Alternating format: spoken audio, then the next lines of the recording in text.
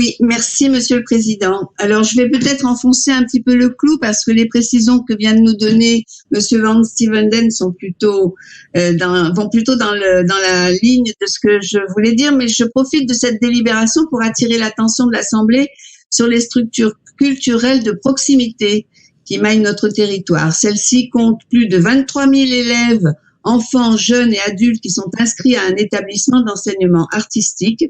À côté du Conservatoire à rayonnement régional de Lyon et de l'École nationale de musique, de danse et d'art dramatique de Villeurbanne, je rappelle qu'il existe plus de 70 autres structures d'enseignement artistique réparties sur la métropole, parmi lesquelles on compte plus de 50 écoles de musique sous statut associatif. Ces écoles de taille très diverses sont des acteurs essentiels dans l'animation de nos communes. Elles rassemblent près de 15 000 élèves et si le nombre d'adhérents propres à chaque structure n'atteint pas les chiffres des prestigieuses institutions pour lesquelles nous délibérons aujourd'hui, celui-ci représente souvent en pourcentage une part importante de la population des communes concernées. Par exemple, 1,6% des habitants pour Villeurbanne, 5,5% pour Dardilly. Très largement financées par les communes, ces structures peuvent également s'appuyer sur un soutien métropolitain articulé autour d'un schéma des enseignements artistiques.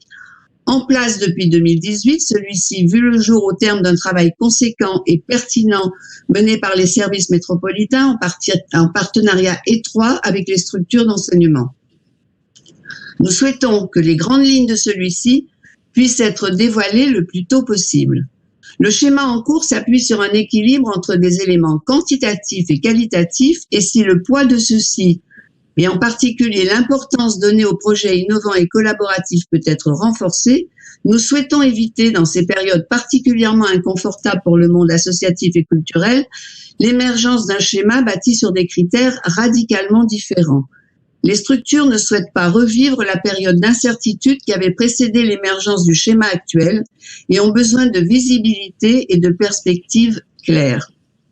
À côté des théâtres et des centres culturels municipaux pour lesquels le soutien métropolitain doit d'ailleurs être largement repensé, et j'espère que cela pourra faire l'objet d'un chantier dans les prochains mois, les structures d'enseignement artistique, toutes disciplines confondues, danse, théâtre, cirque, musique, sont des acteurs de premier plan d'une action culturelle de proximité, levier précieux d'émancipation sociale et collective.